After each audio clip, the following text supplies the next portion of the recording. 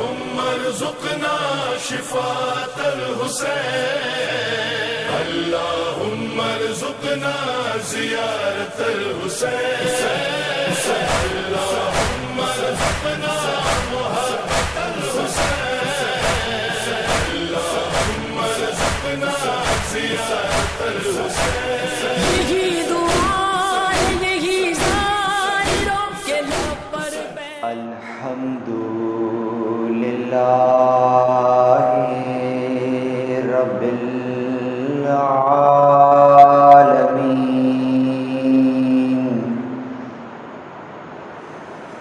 الحمدللہ الذی دلع لسان صداح بنطق تبلجه وسرها قطع الليل المظلم بغياهب تلجلجه وأتقنا صناع الفلك الدبار في مقادير تبرجه وشعشع ضياء الشمس بنور تعججه الذي دل على ذاته بذاته وتنزه عن مجانسة مخلوقاته وجل عن ملائمته كيفياته الذي قرب من خطرات الظنون وبعد عن لحظات العيون وعلم بما كان قبل أن يكون ثم الصلاة والسلام وتحيته والإكرام على رسول الثقلين رحمة للمشرقين والمغربين جد الحسن والحسين سيدنا ومولانا وبالقاسم محمد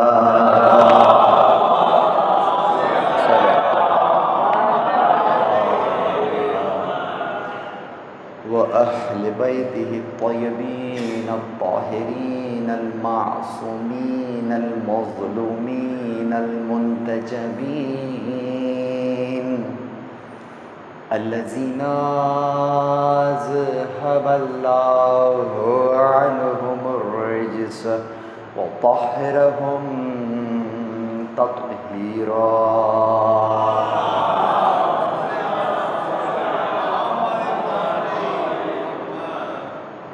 ولعنة الله على أعدائهم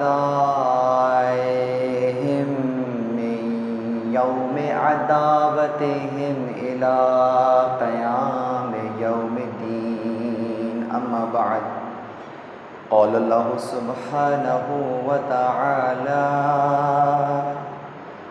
في محكم كتابه المجيد وفرقانه الحميد بسم الله الرحمن الرحيم الله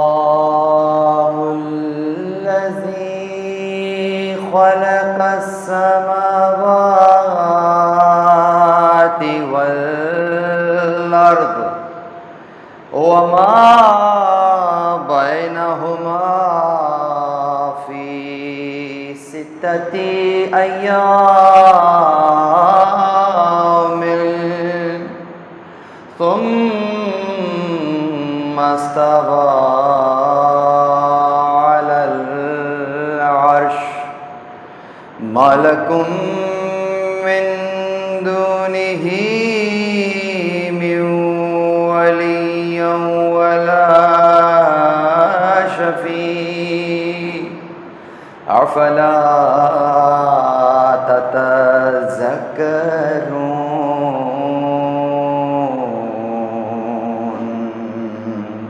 درود پڑھیں محمد و آل محمد.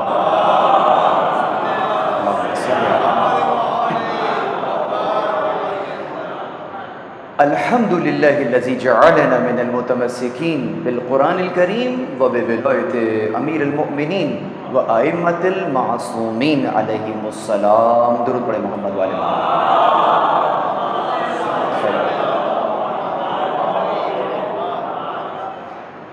تمام تر تعریفیں خدائے وحدہ لا شریک کے لیے درود اور سلام محمد اور اہل بیت محمد علیہ الصلاۃ والسلام کی ذوات مقدسہ پر حمد ہے.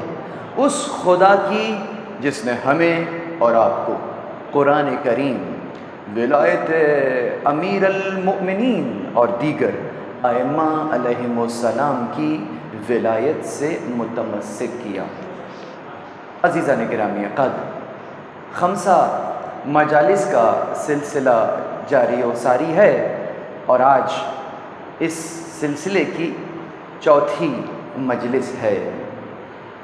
جس سورہ مبارکہ کی آیت کے ذیل میں ان مجالس کا سلسلہ جاری و ساری ہے وہ سورہ مبارکہ سجدہ کی آیت نمبر 4 ہے، اور جو عنوان ان مجالس کا قرار پایا ہے وہ حقیقت ولایت ہے. جیسا کہ نام سے ہی ظاہر ہے، حقیقت ولایت، ولایت کی حقیقت کیا ہے. لیکن آج 4تھی مجلس ہے اور ابھی تک ہم حقیقت کے گرد ہی گھوم رہے ہیں، ابھی ولایت تک نہیں پہنچ سکے ہیں. لیکن مسئلہ یہی ہے کہ جب تک حقیقت ہی کا ادراک نہیں ہوگا، ولایت ہی کیا، کسی بھی موضوع کو لے لیجئے، جب تک نظر میں استعداد نظر میں اضافہ نہیں ہوگا، جب تک حقیقت میں جو شے متحقق ہے جب تک اس تک رسائی نہیں ہوگی، معاملہ فہمی کا ہونا مشکل ہے. اسی لیے اب تک کی گفتگو میں ہم نے علم کو بنیاد قرار دیا، علم پر بات کی، علم کیا ہوتا ہے، علم کی تعریف کیا ہوتی ہے. تو تعریف ہم نے علم کی یہ بیان کی کہ العلم ادراک الشیء، العلم ادراک الشیء بحقیقتہ، کہ علم کسی شے کے ادراک کا نام ہے جیسی کہ وہ ہے، جیسی اس کی حقیقت ہے. اب سوال یہ پیدا ہوتا ہے کہ جیسے اس کی حقیقت ہے، گویا اب تمہاری نظر فقط ظاہر پر نہ جائے بلکہ ظاہر کا سینہ چیرتی ہوئی جب تک باطن کو درک نہ کر لے تمہیں کسی چیز کی حقیقت کا علم نہیں ہو سکتا. اسی لیے علم کے 4 ارکان بیان کیے گئے جس پر علم کا انحصار ہے. اس میں سب سے پہلا رکن بیان کیا گیا جس کو ہم نے ناظر کہا. ناظر وہ رکن کہ جو کہ مشاہدہ کر رہا ہوتا ہے.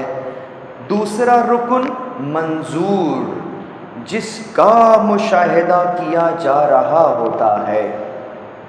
تیسرا رکن استعداد نظر، یعنی منظور کو درک کرنے کے لیے ناظر کی استعداد بھی ہے یا نہیں ہے. اس کے بعد کسی شے کو دیکھا اور ادراک کیا جا سکتا ہے. اب اگر منظور اس انداز کا ہے کہ حسی ہے، تو حسی منظور کے لیے استعداد نظر میں حواس خمسہ کا ہونا ضروری ہے۔ حسی ایسی شے جس کو ٹچ کیا جا سکے، جس کو فیل کیا جا سکے، اس کے لیے حواس خمسہ کا ہونا ضروری ہے۔ وہ منظور کہ جو غیر حسی ہو، جس کو نہ ٹچ کیا جا سکے نہ فیل کیا جا سکے، جس کو آپ انگلش میں کہیں کہ انٹینجیبل ہو، ایک ہو گیا ٹینجیبل اور ایک ہو گیا انٹینجیبل، تو وہ جو انٹینجیبل وجود ہے اس کو درک کرنے کے لیے استعداد نظر میں کیا چاہیے؟ اب استعداد نظر میں حواس خمسہ سے بات آگے چلی گئی ہے، تو اب عقل چاہیے، شعور چاہیے۔ عقل اور شعور چاہیے کہ جس کے ذریعے سے غیر حسی عوامل کو ادراک کیا جائے گا۔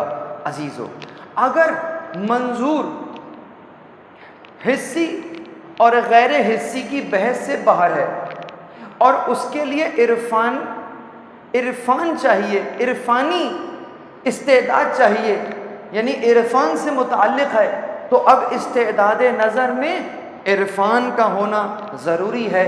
جیسا کہ کل میں نے آپ کے سامنے ایک شعر پڑھ کر بیان کیا تھا کہ وہ کیا شے ہے، عرفان کسے کہیں گے، یعنی جیسے شاعر نے کہا کہ اللہ نظر آیا عرفان کی آنکھوں سے، اللہ نظر آیا عرفان کی آنکھوں سے، دیکھا جو محمد کو ایمان کی آنکھوں سے۔ اللہ نظر آیا، کون کہتا ہے کہ خدا نظر نہیں آتا؟ اللہ نظر آیا عرفان کی آنکھوں سے۔ یہ عرفان کی آنکھ سے کیوں نظر آیا؟ علم کی آنکھ سے نظر نہیں آ سکتا، اس لیے کہ علم کسے کہہ رہے ہیں؟ العلم ادراک الشیء بحقیقتہ، علم تو اس شے کا نام ہے کہ کسی شے کو ایسا سمجھے جیسی وہ ہے۔ تو خدا کو اگر کوئی یہ دعویٰ کرے میں نے ایسا سمجھ لیا جیسا وہ ہے، اس کا مطلب وہ شے جو تمہارے ادراک میں آ گئی خدا ہو نہیں سکتی۔ جو تمہارے عقل میں آ گیا، جو تمہارے شعور میں آ گیا، اس کا مطلب تمہارا شعور اتنا بلند ہوا کہ اس نے خدا کی ذات کا احاطہ کر لیا۔ مخلوق خالق کا احاطہ کر نہیں سکتی، اس کا مطلب علم کی آنکھ سے تو اس کو نہیں سمجھا جا پا رہا۔ اسی لیے ہم یہ نہیں کہہ سکتے کہ علمت اللہ، علمت اللہ نہیں کہہ سکتے، لیکن معرفت اللہ کہہ سکتے ہیں۔ معرف میں اندر بھی وہی عرفہ چھپا ہوا ہے جس سے عرفان بنتا ہے، تو عرفہ وہاں پر بھی موجود ہے۔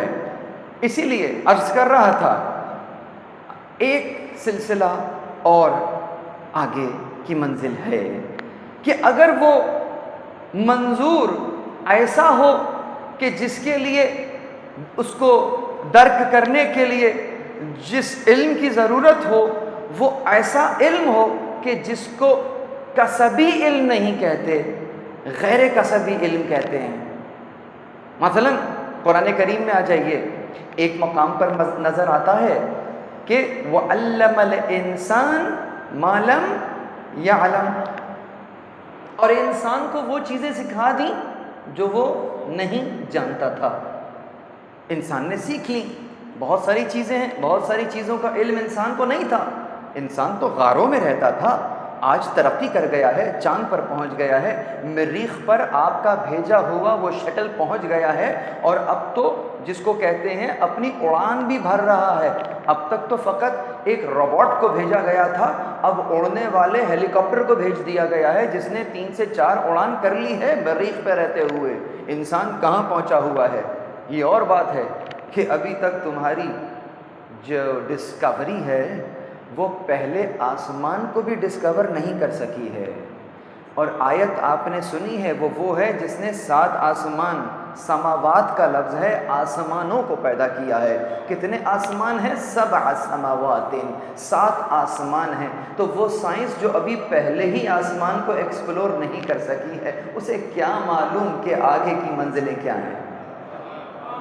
ابھی تو ڈسکور نہیں ہوا ہے، ایکسپلور ہونا تو بہت دور کی بات، ابھی مریخ آپ کا پورا ایکسپلور نہیں ہوا۔ آگے چلیے، تو عرض یہ کر رہا تھا، ایک علم تو یہ ہو گیا کہ ما لم یعلم، جو تم نے نہیں جانتے تھے تم نے جان لیا، لیکن ایک علم اور ہے جو قرآن کریم میں بیان ہوا ہے۔ وہ کون سا علم ہے؟ وہ علم یہ ہے کہ وہ علمک، اور ہم تجھے سکھائیں گے، ما لم تکن، جس کو تم نہیں، ما لم تکن یعلم، کہ وہ علم جس کو تم نہیں جان سکتے۔ یہ لم تکن والا کون سا علم ہے؟ ایک علم تو یہ تھا جو تم نے جان لیا، یہ تو کوئی بھی انسان جان لیتا ہے، لیکن اے میرے حبیب تجھے ہم ایسا علم دیں گے کہ جو تم خود نہیں لے سکتے۔ یہ کون سا علم ہے؟ یہ وحی کا علم ہے۔ یہ وہ علم ہے کہ جس کے لیے کسی انسٹیٹیوشن میں داخلہ لینے کی ضرورت نہیں ہے کہ مجھے وہ علم دے دیجئے جس سے وحی آنا شروع ہو جاتی ہے۔ وحی لانے کے لیے، وحی کو درک کرنے کے لیے آپ کو کچھ علم سیکھنے کی ضرورت نہیں ہے، یہ پروردگار کا وہ علم ہے جو تمہیں دے دیا کرتا ہے۔ اللہ اکبر۔ اس علم سے جو حقیقتیں منکشف ہوتی ہیں وہ حقیقتیں ہیں جو تمہارے عقل کی ادراک میں آ نہیں سکتی۔ ان حقیقتوں کے لیے سمجھنے کے لیے بس اتنا کافی ہے کہ آقا علیہ الصلوۃ والسلام نے کہہ دیا ہے تو بس اب ایسا ہی ہے، وہاں ہماری عقل نہیں پہنچ سکتی، اس لیے کہ آقا نے جو کہہ دیا ہے بس وہ فائنل ورڈز ہیں، ان سے ڈیبیٹ بھی نہیں کر سکتے آپ۔ اسی لیے قرآن نے کہا کہ وما آتاکم الرسول فخذوہ وما نہاکم عنہ فانتہوا، جو رسول تمہیں دے دے وہ لے لو، جس سے منع کرے اس سے رک جاؤ، جس کو کہتے ہیں ڈو اور ڈائی، نو کوسچن وائی۔ جو کہہ رہے ہیں مان لو، آور وے اور دا ہائی وے، دوسرا کوئی تیسرا نیوٹرل گراؤنڈ نہیں ہے۔ رسول اللہ کے سامنے کوئی نیوٹرل گراؤنڈ نہیں ہے، یا تو ان کے ساتھ ہو یا ان کے مخالف ہو۔ یہ نہیں ہوگا کہ نہیں ہم آپ کو بھی مانیں گے اور ان کو بھی مانیں گے۔ یہاں تو بات ہی لا سے شروع ہوتی ہے۔ جس دین کی بنیاد لا سے شروع ہو، اس کا مطلب یہ ہے کہ پہلے انکار کرنا ہے پھر اقرار کرنا ہے۔ تو انکار، اور وہ انکار بھی بہت لطیف ہے، بہت توجہ، انکار بہت لطیف ہے۔ انکار 2 طرح کا ہوتا ہے، زبان پہ لفظ آ گیا ہے تو بیان کرتا چلو۔ ایک انکار ایسا ہوتا ہے کہ جو ابھی ہو گیا ہے لیکن ممکن ہے کہ بعد میں اقرار ہو جائے۔ کسی معاملے میں انکار ہوا ہے، ممکن ہے معاملہ بدل جائے، لیکن یہاں جو انکار ہے، جہاں لا الہ کی بات ہو رہی ہے، یہ کون سا انکار ہے؟ یہ انکار جنس بھی ہے، یعنی اصلاً ممکن بھی نہیں ہے۔ لا الہ، کوئی اور الہ ہو ہی نہیں سکتا ہے۔ اگر حقیقتاً غور کرو گے تو الہ کوئی اور ہو ہی نہیں سکتا ہے۔ یہ میرے ذہن کا مسئلہ ہے کہ جب میں الہ کہتا ہوں آپ کے ذہن میں معبود کا تصور آ رہا ہے۔ معبود کا مطلب ہوگا جس کی عبادت کی جائے، جو آپ نے خود ہی لے لیا۔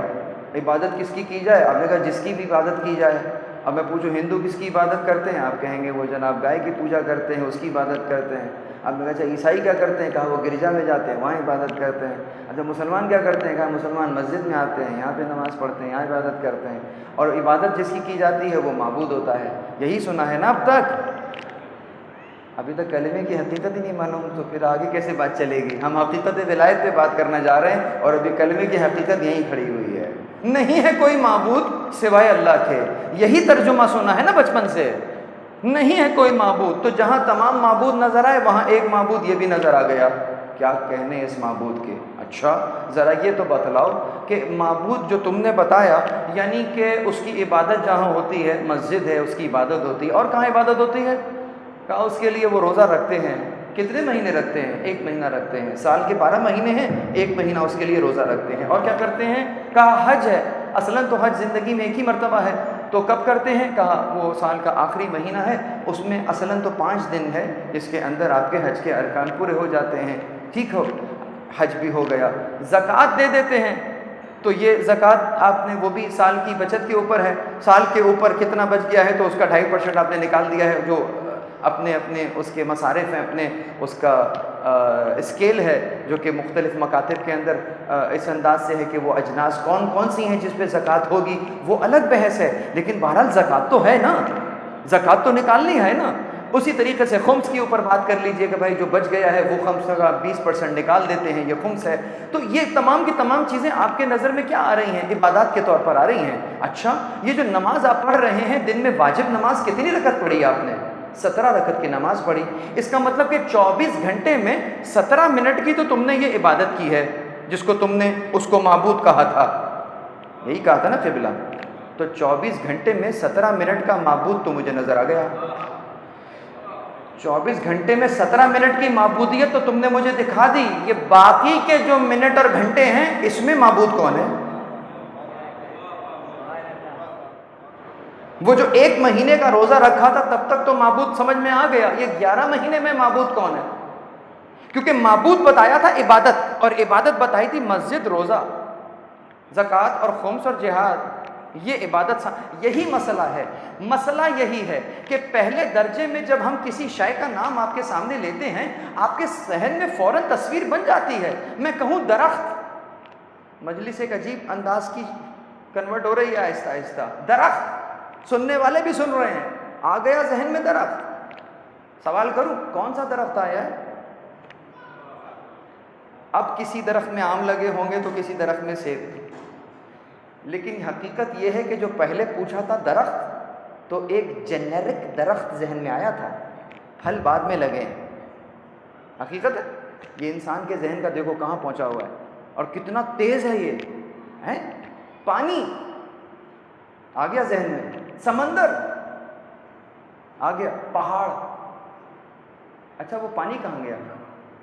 یہ ہے آپ کے ذہن کی تیزی کہ ادھر وہ پورا سمندر ایک طرف ہو گیا، اب پہاڑ سامنے آ گیا۔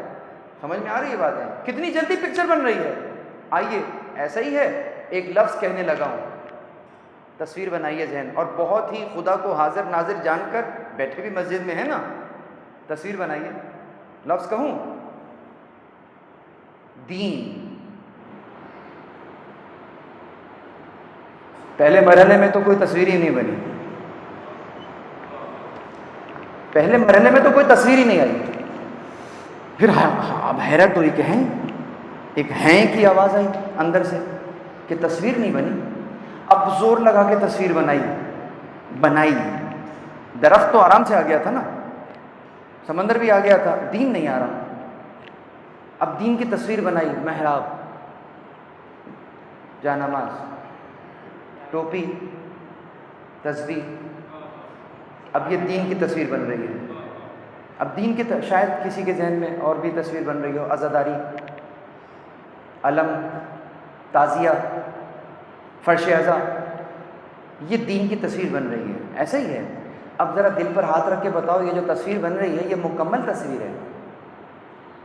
دین یعنی مکمل ضابطۂ حیات، مکمل ضابطۂ حیات کی تصویر تک ذہن میں نہیں آ رہی ہے، اور میں ہوں مسلمان اور چاہتا ہوں کہ اس معاشرے کے اندر خدا کے دین کو نافذ کر دوں، اس دین کو نافذ کروں جس کی تصویر مجھے نہیں معلوم۔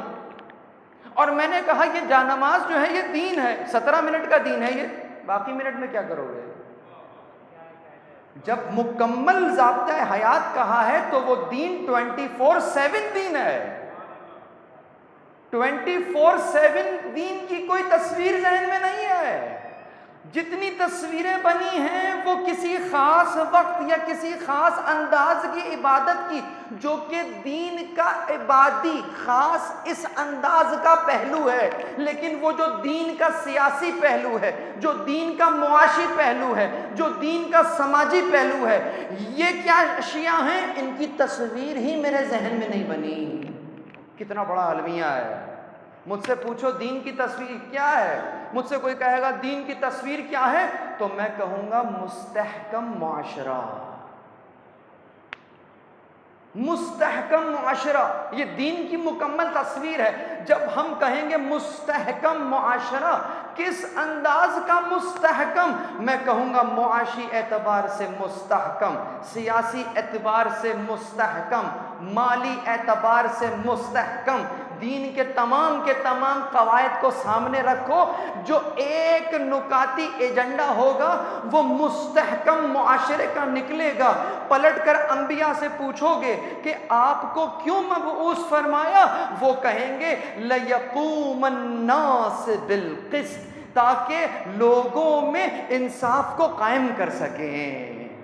جس معاشرے میں انصاف قائم ہو جاتا ہے اس کو مستحکم معاشرہ کہتے ہیں، جس کے لیے آدم سے لے کر خاتم تک انبیاء کے سلسلے کو پروردگار نے جاری فرمایا. درود پڑھے محمد والے محمد پر.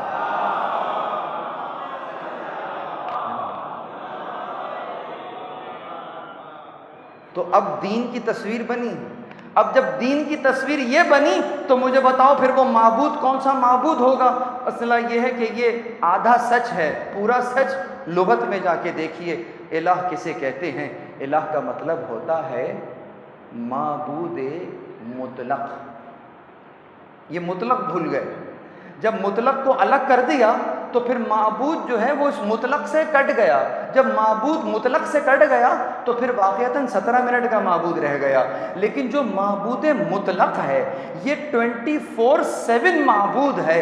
یعنی کہ کیا معبود کا ترجمہ اب سنیے، ایسا حاکم کہ جس کے اوپر کسی کی حکومت نہ آ سکے، ایسا فرما روا جس کے فرمان پر کوئی فرمان سبقت نہ کر سکے، ایسا قدرت مند جس کی قدرت کے اوپر کسی کی قدرت کی مجال نہ ہو، بلکہ قدرت کا منبع فقط وہی ذات واحد ہو. ایسا معبود مطلق، ایسا حاکم، ایسا قدرت مند یہ کون ہوگا؟ یہ کوئی ایک وجود ہوگا جس کے سب محتاج ہوں گے، وہ کسی کا محتاج نہیں ہوگا. ایسا وجود مطلق کہ جو کسی کا محتاج نہیں ہے، بلکہ ہر موجود اپنے وجود کے لیے اس کا محتاج ہے.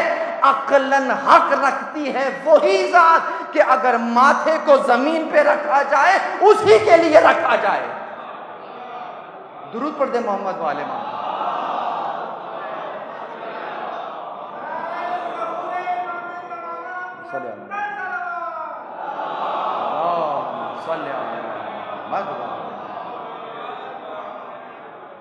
خدا کی قسم اگر اس انداز سے حقیقت آشنا ہو جائیں، کسی آیت کی ضرورت نہیں ہے سجدہ کروانے کے لیے. خود میرا وجود کافی ہے. یہ کائنات ہے منہ بولتا ثبوت اس کا. کسی دلیل کی حاجت نہیں خدا کے لیے، کسی دلیل کی حاجت نہیں. اس لیے میرے مولا نے ارشاد فرمایا یا من دل علی ذاتہ بذات، اے وہ کہ جو خود اپنی ذات پر دلیل ہے. بہت بڑا جملہ ہے مولا کا. اے وہ جو خود اپنی ذات پر دلیل ہے. میں کسی ذات کو پہچانتا ہوں اس کے آثار سے، اثر سے مؤثر تک پہنچ جاتا ہوں. اگر یہ اثر دھوئیں کے ذریعے سے آگ کا وجود ذہن میں آ جائے گا، اثر سے مؤثر تک چلے گئے. لیکن ذرا یہ تو بتلاؤ کہ جو اول مخلوق ہے، جس سے پہلے تو کوئی اثر اور مؤثر کی کہانی نہیں ہے، اس نے جب خدا کو پہچانا تو کس کے ذریعے سے پہچانا؟ آپ کے لیے ہوں گی بہت سی نشانیاں، اس کے لیے تو بجز خود کوئی نشانی نہیں ہے. تو وہ اس کو کس کے ذریعے سے پہچانے گا؟ یہی کہے گا نا یا من دل علی ذاتہ بذات. یعنی انہوں نے جب اس کو پہچانا تو اس کو اس کی ذات سے ہی پہچانا، نہ کہ آثار کے ذریعے سے. آ گئے وہاں تک. تو یہ ابھی علم کی منزل ہے. ہم معلومات کو علم سمجھ رہے تھے، معلومات اور تھی، علم اور ہے. جب معلومات کو علم سمجھ لیا تو چونکہ وہ علم نہیں تھا، وہ نتیجہ نہیں دے سکا جو دینا تھا. آج یہ معلوم ہو گیا کہ جس شے کا معلوم نہ ہو، جب وہ معلوم ہو جاتی ہے تو معلومات میں اضافہ ہو جاتا ہے. کتاب پڑھ کر علم نہیں آتا، کتاب پڑھ کر معلومات آتی ہے. علم تو ابھی آگے کی منزل ہے. علم کیا ہے؟ ابھی بیان کیا کہ اشیاء کو ایسا جاننا جیسے ان کی حقیقت ہے، وہ علم کا درجہ رکھتی ہے. گھڑی کی سوئیاں میرے سامنے ہیں، بیان کروں شارٹ کر دوں کہ کتاب پڑھ رہے ہو، معلومات آتی جا رہی ہے، لیکن ایک مرتبہ تمہارا درجہ وہاں آ گیا کہ جو کتاب کے بٹوین دا لائنز لکھا ہے تم وہ بھی پڑھنے لگے، تو سمجھ جانا معلومات سے بات آگے جا کر علم کے درجے میں آ گئی ہے. جو بٹوین دا لائنز لکھا ہے، جو پیراگراف کے پیچھے لکھا ہے، جب نظر وہاں پہنچ جائے علم آ گیا ہے. ابھی علم آیا ہے، معرفت نہیں ہوئی. بہت توجہ. یعنی پہلا زینہ کیا تھا؟ معلومات. دوسرا زینہ کیا ہوا؟ علم. اب علم کے بعد کیا کہانی ختم ہو گئی ہے؟ کہا جی نہیں، اگلا مرحلہ باقی ہے. وہ کون سا مرحلہ ہے؟ وہ معرفت کا مرحلہ ہے. اور معرفت تک کیسے پہنچو گے؟ کہا اس کے لیے جو پری ریکوزٹ ہے وہ معلومات نہیں ہے، وہ علم ہے. کس لیے؟ آپ مجھ سے دلیل مانگیے، میں آپ کو سید الشہداء کا وہ جملہ کہ جو حق رکھتا ہے اس مسجد میں، جیسے یہ لوح قرآنی لکھی ہوئی ہے سونے کے حروف سے، وہ جملہ یہاں لکھ کر لگانا چاہیے. اگر ٹرسٹی حضرات سن رہے ہیں تو اس کے اوپر غور کریں. کیا کہا سید الشہداء نے؟ فرماتے ہیں، علم ذہن میں رکھیے گا، معلومات سے علم پر آ گئے ہو، علم کے بعد کا درجہ بتا رہے ہیں. فرما رہے ہیں دراست العلم لقاہ المعرفہ، کہ علم کا دراسہ معرفت تک پہنچا دیتا ہے. علم کا دراسہ. دراسہ کیسے کہتے ہیں؟ دراسہ جس کو عام الفاظ میں اگر کہیں آپ لوگ، جیسے درس، یہ بھی وہیں سے نکلتا ہے. کبھی سنا ہے درس کو درس کیوں کہتے ہیں؟ فرش عذاب پر بیٹھے ہیں نا. درس کو درس کیوں کہتے ہیں؟ درس، دراسہ. پرانے زمانے میں جب یہ مشینیں نہیں ہوتی تھیں اور کھیتوں سے گندم کو جب کاٹ لیا جاتا تھا اور وہ گندم کی بالیاں جس میں ابھی خوشے لگے ہوئے ہیں گٹھر کے گٹھر رکھے ہوئے ہوتے تھے، تو آج کل تو بہت آسان ہے کہ گندم کٹ بھی رہا ہوتا ہے اور وہ خوشہ بھی الگ ہو جاتا ہے. اس زمانے میں مشینیں تو نہیں تھیں، تو وہ کیا کرتے تھے؟ وہ گھوڑوں کا استعمال کرتے تھے اور اس گندم کی بالی کے اوپر گھوڑے اپنے پیروں سے ان کو روندا کرتے تھے. اس روندنے کے ساتھ وہ بالی اور وہ خوشہ الگ الگ ہو جاتا تھا. تو ہر بالی میں سے وہ گندم کا دانہ الگ الگ الگ کر دیا کرتے تھے. اس پروسیس کو دراسہ کہتے ہیں. یعنی کہ اب جب ہم کہتے ہیں کہ آج درس ہو رہا ہے تو جو مدرس ہے، مدرس دراسہ کر رہا ہے. تو مدرس دراسہ کر کیا رہا ہے؟ وہ دراصل کر یہ رہا ہے کہ جو علم آپ کو دے رہا ہے اس میں سے شاخ در شاخ الگ الگ کر کے، ریشہ ریشہ کر کے آپ کو سمجھا رہا ہے. کسی حقیقت کو ریشہ ریشہ کر کے سمجھا دینا دراسہ کہلاتا ہے. اس لیے درسگاہ کو درسگاہ کہتے ہی اسی لیے ہیں کہ وہاں پر علوم کو ریشہ در ریشہ کر کے سمجھایا جاتا ہے. یہاں سے ملا ہے درس. میرے مولا نے کیا فرمایا؟ دراسۃ العلم، علم کا دراسہ فقط سن لینا علم نہیں ہے، اس کے معانی و مفہوم تک پہنچنا ریشہ ریشہ کر کے دراسہ کہلائے گا. جب تم علم کا دراسہ کر لو گے معرفت پر پہنچ جاؤ گے. اب آپ کے ذہن میں آ گیا ہوگا کہ بھائی معلومات سے اگلا زینہ علم آ گیا، علم سے اگلا زینہ معرفت آ گیا، تو معرفت پر آنے کے بعد تو اب تو سفر ختم ہو جانا چاہیے ہیں بھئی. یہاں پر آ کر اب تو ختم ہو جائے، کہیں تو یہ جرنی سٹاپ ہو جائے. تو سن لیجئے، یہ میں نے جو ابھی آپ کو قول سنایا تھا یہ تیسرے امام کا قول تھا، اور اب جو قول سنانے لگا ہوں یقیناً باب العلم سے متمسک لوگ ہیں، تو باب العلم سے ہی ذرا نورانیت بھی لے لیجئے. تو میرے مولا نے فرمایا کہ اولو دین ہی کیا ہے؟ معرفتہ، جو دین کی ابتدا ہے وہ اس کی معرفت ہے. گویا معرفت پر پہنچ کر سفر ختم نہیں ہوا ہے، سفر شروع ہوا ہے. سفر شروع کرنے کے لیے معلومات پہلے لے کر آؤ، پھر علم کے درجے پر آؤ، پھر علم کا دراسہ کرو، معرفت پر پہنچو، یہاں سے تمہارا سفر کمال شروع ہوتا ہے. یہاں تک مجھے لانا پڑا ہے، آدھے گھنٹے سے زیادہ ہو گیا ہے، مجھے پریشانی بھی ہے، موضوع بھی سمیٹنا ہے، کیا کروں. یہاں پر آنے کے بعد انسان اس قابل ہوتا ہے کہ وہ اب جو آیات پڑھی جا رہی ہیں اس کی صحیح معنی میں ترجمہ کر سکے. پھر شرح کرنے کا مقام ذرا اور آگے ہے، اور شرح کے بعد اس کی نورانیت تک پہنچنے کا مقام اور آگے ہے، اور پھر اس نورانیت کو اپنے نفس میں جذب کر لینے کا مقام اور آگے ہے. یہ آہستہ آہستہ سمجھیں. اللہ اکبر. یہاں تک میں آپ کو لے آیا ہوں. اگر آپ لوگ میرے ساتھ ہیں ایک بلند آواز میں درود پڑھ دیجئے.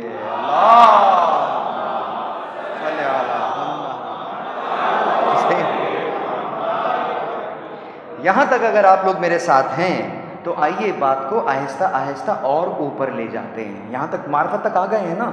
اب یہ دیکھیں کہ یہ معرفت ہمیں معلوم کیسے ہوگا کہ جو مجھے ہوئی ہے یہ علم ہے یا معرفت ہے.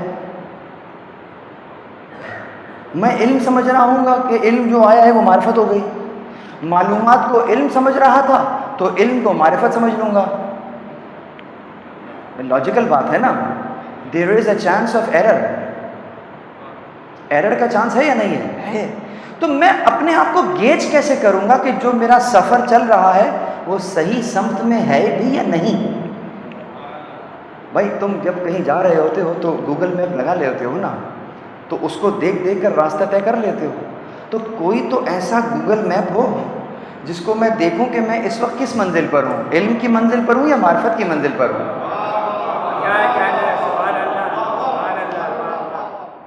کیسے دیکھو گے؟ کیا شے ہے جو دیکھو گے؟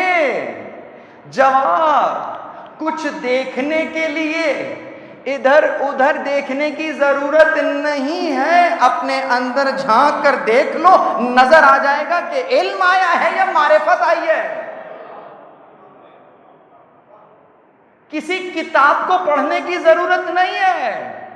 ایک ایسی کتاب ہے جو تم خود رکھتے ہو, ذرا اس کتاب کو تلاوت کر لو, معلوم ہو جائے گا وہ کون سی کتاب ہے جہاں سے وہ معرفت مل جاتی ہے, جہاں سے اس کی معرفت بھی مل جاتی ہے. مولا متقیان نے فرمایا, من عرف نفسہ فقد عرف ربہ.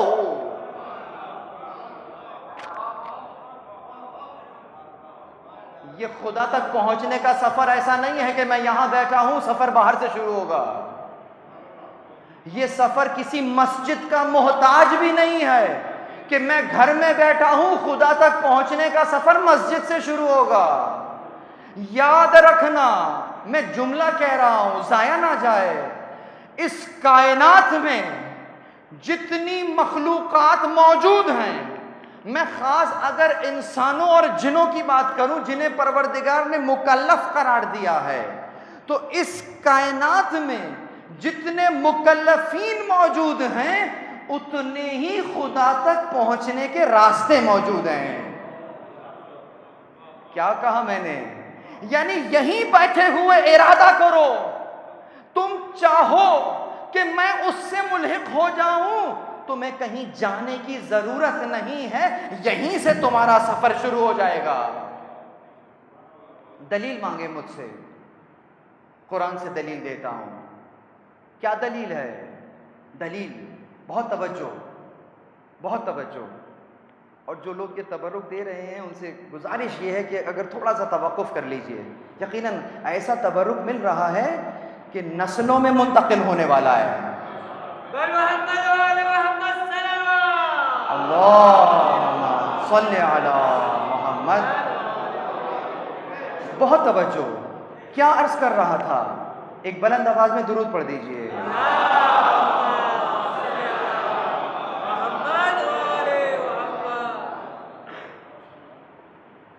اصل میں جس منزل پر ہوتے ہیں وہاں تک رہنا، پہنچنا کمال نہیں ہے، وہاں رہنا کمال ہے۔ کسی منزل پر پہنچ جانا کمال نہیں ہے، وہاں رہنا کمال ہے۔ اور میں بہت چھوٹا سا طالب علم ہوں، قدم لڑکھڑا جاتے ہیں۔ عرض یہ کر رہا تھا کہ مجھ سے دلیل مانگیے۔ آئیے قبلہ توجہ رکھیے گا۔ اذا سألك عبادی عنی فإنی قریب۔ ترجمہ کریں۔ اذا سألك، جب سوال کرے تجھ سے، عبادی، میرا بندہ۔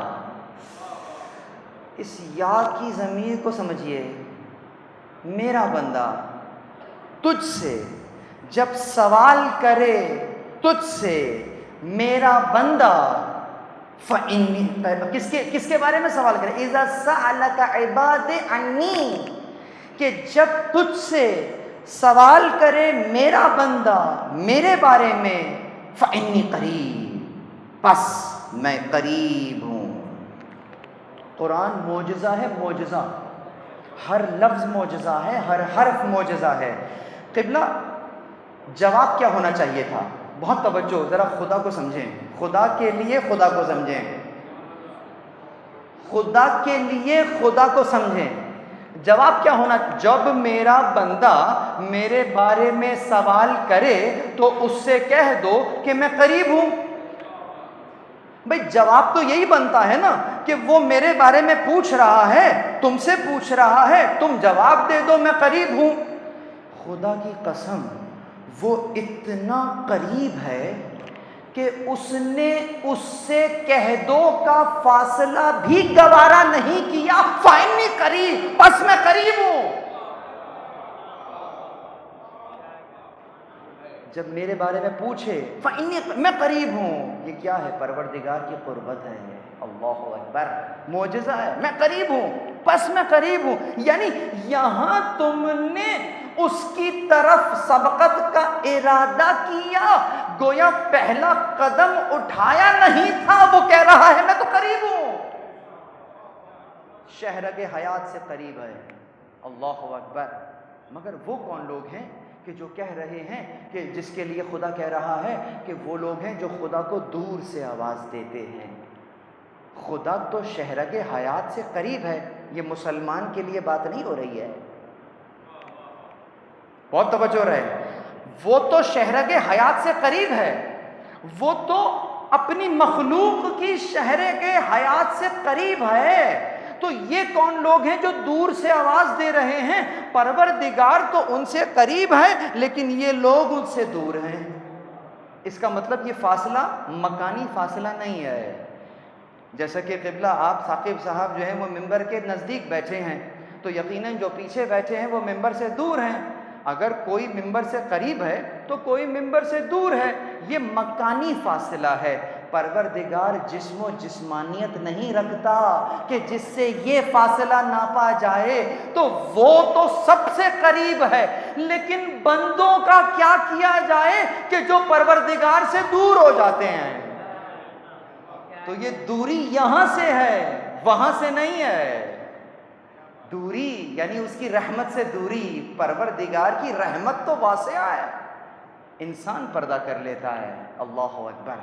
یہاں تک اگر آپ میرے ساتھ آ گئے ہیں تو ذرا جلدی سے میں اس آیت، اس معرفت کی پہچان کروا دوں کہ پتہ کیسے چلے گا کہ یہ علم ہوا ہے یا معرفت ہوئی ہے۔ آئیے فرق سمجھ لیجئے۔ جیسے علم کو ڈیفائن کیا تھا، آج معرفت کو ڈیفائن کرتے ہیں۔ معرفت کیا ہوتی ہے؟ توجہ ہے سب کی؟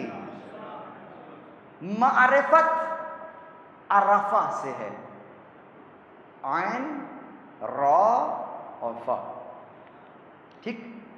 عرفہ پہچاننا۔ کیسے پہچاننا؟ اب اس کی دو ڈیفینیشنز ہیں، دو تعریفیں ہیں، ایک لغوی تعریف اور ایک اصطلاحی تعریف، ایک لفظی تعریف اور ایک معنوی تعریف۔ لفظی تعریف بہت سادہ ہے، اور وہ یہ کہ کسی ذات کو اس کی حقیقت اور اس کی صفات سے پہچان لینا۔ عرفہ پہچان لینا، کسی ذات کو اس کی خصوصیت، اس کے آثار سے، میں نے لفظ بدل دیا کیونکہ جو بات آثار میں ہے وہ ادھر خصوصیت میں فقط نہیں ہے۔ کاش اس لطف کو سمجھیں۔ اب یہ سوچیں میں کیوں کہہ رہا ہوں، ہوم ورک دے رہا ہوں، جائیے۔ کسی ذات کو کسی ذات کا بارے میں پہچان، اس کی آثار کو پہچان لینا عرفہ ہے، لفظی تعریف ہے، معنوی تعریف نہیں ہے۔ معنوی تعریف کیا ہے؟ معنوی تعریف یہ ہے، بہت توجہ، کہ جس ذات کو تم نے ابھی پہچانا ہے، کس کے؟ کہا خصوصیت کو پہچان لیا ہے، آثار کو پہچان لیا ہے، تو جس ذات کی خصوصیت اور آثار کو تم نے پہچانا ہے، ابھی لفظی اعتبار سے تھا، ایک درجہ آگے آ جاؤ، جب تم اس ذات کو، توجہ رہے، جب تم اس ذات کو اس کے غیر سے جدا کر کر پہچان لو، سمجھ جاؤ معنویت کے ساتھ پہچان لیا ہے۔ اس ذات کو اس کی غیر سے جدا کر کے پہچان لو، تب معرفت آئی ہے۔ اللہ اکبر۔ آئیے ایک ایگزامپل دوں گا، زیادہ وقت میرے پاس بچا نہیں ہے۔ ایگزامپل، مثلا آپ نے سنا اللہ کی صفت ہے، اللہ کا ایک نام ہے جس کو آپ کہیں گے علیم، خدا جانتا ہے، عالم ہے خدا، ٹھیک ہے، معلوم ہو گیا۔ آج بتایا تھا مدرس نے کہ خدا عالم ہے، یہ کتاب میں پڑھ لیا تھا، عالم ہے، لیکن ابھی تمہیں معرفت نہیں ہوئی ہے عالم کسے کہتے ہیں۔ تم نے کہا عالم ہے، تمہارے ذہن میں تصویر بھی کھنچ گئی عالم کی۔ عالم کسے کہتے ہیں؟ کہا جو جاننے والا ہوتا ہے۔ تو یہ جاننے والے تو ہمارے درمیان میں بھی ہوتے ہیں، اور واقعتاً ہوتے ہیں کہ بھائی یہ فلاں یہ عالم ہے، عالم دین ہے، یہ دین کے عالم ہیں، ٹھیک ہے بھائی، یہ دین کے عالم ہیں، یہ بھی عالم ہے، خدا کا بھی ایک نام ہے عالم، خدا بھی، اس کی صفت بھی عالم ہے۔ تو تمہیں اس کا مطلب معرفت نہیں ہوئی، اس لیے کہ تم نے اس کو اس کے غیر سے جدا جانا نہیں ہے، بھی سمجھا نہیں ہے۔ کیسے سمجھو گے؟ آؤ ذرا سمجھاتے ہیں۔ یقیناً میرے مجمع میں کوئی ڈاکٹر بیٹھا ہوگا، کوئی انجینئر بیٹھا ہوگا۔ انجینئر کی تعلیم، فار ایگزامپل، اگر کوئی انجینئر ہے، 4 سال میں اس نے بیچلرز کیا ہے، انجینئرنگ کی تعلیم لے لی ہے، یہ بتاؤ انجینئرنگ اس نے کتنے سالوں میں کی ہے؟ 4 سال میں۔ 2000 میں ایڈمیشن لیا تھا، 2004 میں انجینئر ہو گئے، پاس آؤٹ ہو گئے، ڈگری مل گئی۔ یہ بتاؤ 2004 میں جب انجینئرنگ کی ڈگری مل رہی تھی، اس وقت یہ انجینئر تو بن گیا ہے، لیکن یہ بتاؤ کیا انجینئرنگ کا جو علم تھا وہ بھی 2004 میں ہی آیا ہے یا وہ 2004 سے پہلے تھا؟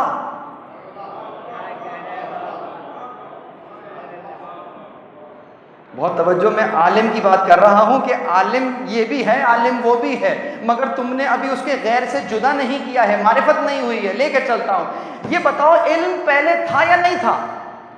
علم پہلے تھا، اور یہ انجینئر جو اب انجینئر ہوا ہے یہ بھی پہلے تھا۔ اب میں الفاظ بدل رہا ہوں، اس کی ذات تھی، علم بھی موجود تھا، لیکن اس کی ذات، یہ جو علم انجینئرنگ ہے، محدث جو بن گیا ہے، اس علم سے اس کی ذات متمسک نہیں ہوئی تھی، جڑی نہیں تھی، یہ علم اس کے نفس میں جذب نہیں ہوا تھا۔ اور اب جو جذب ہو گیا ہے، ایسا جذب ہوا ہے کہ جو انجینئر یہاں بیٹھا ہے، اگر میں اس پر ایک قدغن لگاؤں کہ قبلہ کل جب آپ آئیے گا تو آپ تو آئیے گا، لیکن یہ انجینئرنگ کا علم آپ کے ساتھ نہ آئے۔ کسی انجینئر کے لیے ممکن نہیں ہے کہ اب اس کو اپنی ذات سے جدا کرے۔ کیوں؟ ارے جذب ایسا ہو گیا ہے، کہاں سے کیا شے نکالوں سمجھ نہیں آ رہا، لیکن میری ذات اس علم کو جذب کر چکی ہے، میں خود سے چاہوں بھی تو جدا نہیں کر سکتا۔ کتابوں کا نام انجینئرنگ نہیں ہے، جو علم کا جوہر تمہارے اندر دکھ رہا ہے، جس کو تم نے ریاضت کر کے حاصل کیا ہے، یہ تمہاری ذات کا حصہ بن رہا ہے۔ عزیزو سمجھو، تو گویا کنکلوژن کرتے ہیں، کیا علم موجود تھا؟ یہ عالم نہیں تھا، علم کو کسب کیا اور علم کے ساتھ عالم ہو گیا۔ یہ جسے ہم عالم کہہ رہے تھے، یہ علم کے ساتھ عالم ہوا ہے۔ اگر ایسا ہی عالم خدا کو تصور کیا تو ماننا پڑے گا ذات الگ تھی، علم الگ تھا، تو خدا کی ذات کے مقابل کسی شے کو تصور کرنا پڑے گا جو محال ہے۔ اس لیے کہتے ہیں کہ وہ علم کے ساتھ عالم نہیں ہے، بذات عالم ہے۔ یہ علم کو کسب کرنے کے لیے محتاج تھا، وہ محتاج نہیں ہے، اس کی ذات ہی علم ہے، اس کا علم ہی حکمت ہے، علم ہی قدرت ہے، قدرت ہی ارادہ ہے۔ درود پڑھیں محمد والے محمد پر۔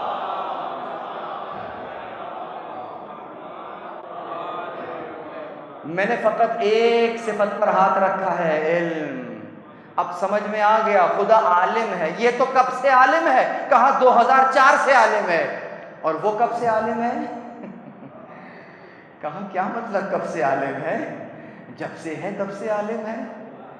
اب وہ کب سے ہے؟ کہا وہ تو ہمیشہ سے ہے۔ کیا کہنے آپ کے اس ہمیشہ کے؟ تمہارا تو ہمیشہ بھی محتاج ہے۔ آپ کہیں گے جناب یہ لائٹ کب سے جل رہی ہے؟ کہا میں تو ہمیشہ سے ہی دیکھ رہا ہوں چل رہی ہے، یعنی جب سے میں دیکھ رہا ہوں تب سے جل رہی ہے۔ تمہارا ہمیشہ محتاج ہے کسی پوائنٹ آف سٹارٹنگ کا، اس کے لیے ہمیشہ بھی نہیں کہا جا سکتا۔ کون سا ہمیشہ؟ وہ تو تب بھی تھا جب ہمیشہ بھی نہیں تھا، وہ تو تب بھی تھا جب ہمیشہ بھی نہیں تھا، وہ تب بھی ہوگا جب ہمیشہ نہیں رہے گا۔ اس کو کہتے ہیں باقی۔ اس کے مقابل پر جو ہے وہ ہے فانی۔ جب تمہارے ذہن میں کسی شے کی حقیقت آشکار ہو جائے، یعنی اس پر شیعت کا اطلاق ہو جائے، سمجھ جانا ابھی نہیں تھی اب ہوئی ہے، جو ہوئی ہے وہ شے ہے، اور ان اللہ علی کل شیء قدیر۔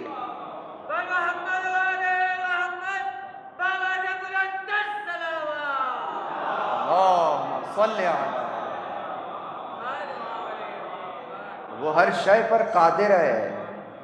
جو شے تمہارے ذہن میں آ جائے، یہ آیت پڑھ لینا، وہ شے پر قادر ہے۔ ہر شے کے اوپر قادر. اللہ اکبر. بس میرے پاس وقت تمام ہو گیا. آج میں نے آپ کو اس صفت تک لے کر آ گیا ہوں. کل انشاءاللہ اب ہم اس قابل ہو گئے ہیں کہ میں اب آیت کی شرح آپ کے سامنے کچھ بیان کر سکتا ہوں. عزیزوں، یہ ہے پروردگار کا علم، قدرت، ارادہ، اور یہ ہے معرفت. اس معرفت کے لیے علم ضروری ہے، علم کے لیے معلومات کا ہونا ضروری ہے، اور پھر معرفت تو ابھی آغاز ہے، انجام بہت آگے ہے.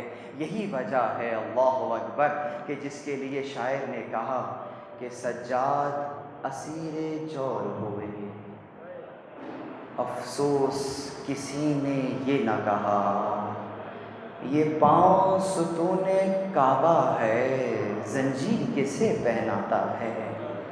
اللہ اکبر. کیا کہا؟ اب میں بیان نہیں کر سکتا. کل جہاں سے مسائل کو چھوڑا تھا وہیں سے شروع کر دیتے ہیں کہ علی کی بیٹی زندان میں پہنچ گئی ہے. کون سا زندان ہے؟ ابن زیاد کا زندان ہے. اور یہ اچانک زندان میں نہیں آئی ہے، جو منظر دیکھ کر آئی ہے. سن سکیں گے؟ تصور کیجئے، وہ منظر سنا نہیں ہے، وہ دربار یزید کا منظر سنا ہے. کبھی ابن زیاد کے دربار کا منظر بھی سن لو. کہتے ہیں کہ جب اہل حرم دربار میں داخل ہوئے تو ابن زیاد ملعون کے دائیں جانب ایک تشت رکھا ہوا تھا، اس کے اوپر حسین علیہ السلام کا سر رکھا ہوا ہے، اور اس ملعون کے ہاتھ میں ایک چھڑی تھی، اور چھڑی سے اس سر مبارک کی بے حرمتی کر رہا تھا. آپ کے لب مبارک کے اوپر اپنی چھڑی کو مارتا جاتا اور کہتا جاتا تمہارے دانت تو بہت ہی خوبصورت تھے، تمہارے دانت تو بہت حسین تھے. یہ جب منظر اہل حرم نے دیکھا ہوگا، جب سکینہ نے اپنے بابا کے کٹے ہوئے سر کو دیکھا ہوگا، کیا منظر ہوگا خدا معلوم، ہم نہیں سمجھ سکیں گے. اللہ اکبر. اور اس بچی نے یہ منظر دیکھ کر جس اندھیرے زندان میں بھیج دیا ہے، سکینہ کو تو یہ بھی نہیں معلوم کہ زندان کیا ہوتے ہیں. اس بچی نے پہلی مرتبہ ابن زیاد کا یہ زندان دیکھا ہے. کیا کہا شاعر نے؟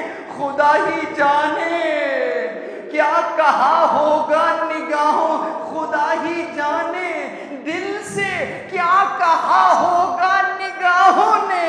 سکینہ کو خبر کیا تھی کہ زندہ ایسے ہوتے ہیں.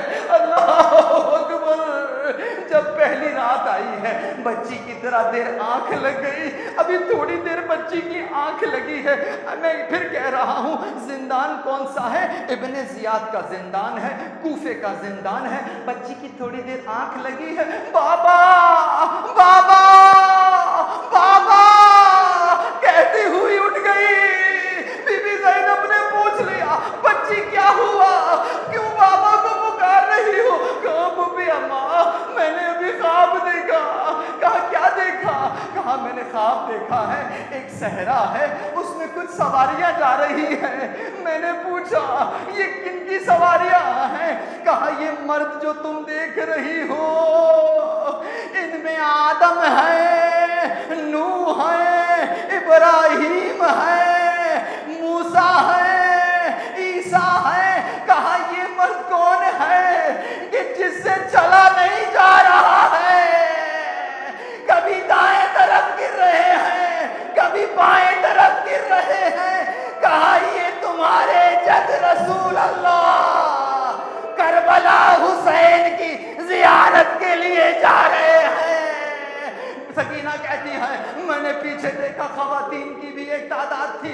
میں نے کہا یہ خواتین کون ہیں؟ کہا دیکھو جو سب سے آگے ہے نا وہ بی بی حوا ہے، بی بی سارہ ہے، بی بی خدیجہ ہے، بی بی مریم ہے. کہا یہ بی بی کون ہے جس کو یہ سب سہارا دے رہے ہیں، جن سے نہیں چلا جا رہا ہے؟ کہا سکینہ پہچانا نہیں؟ ارے یہ تمہاری دادی فاطمہ الزہرا.